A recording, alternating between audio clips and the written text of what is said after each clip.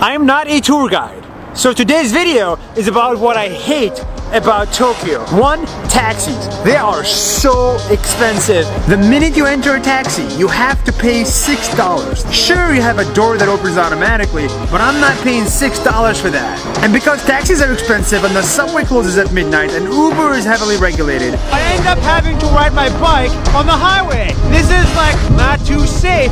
I'm not giving you $6. I'm not giving you $6 either. The second thing that I hate about this place is drone laws. Just because drones are new doesn't mean they're scary.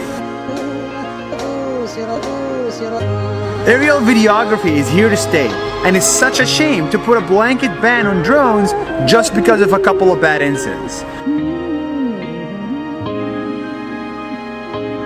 If I go to jail because of this footage, you guys better bail me out.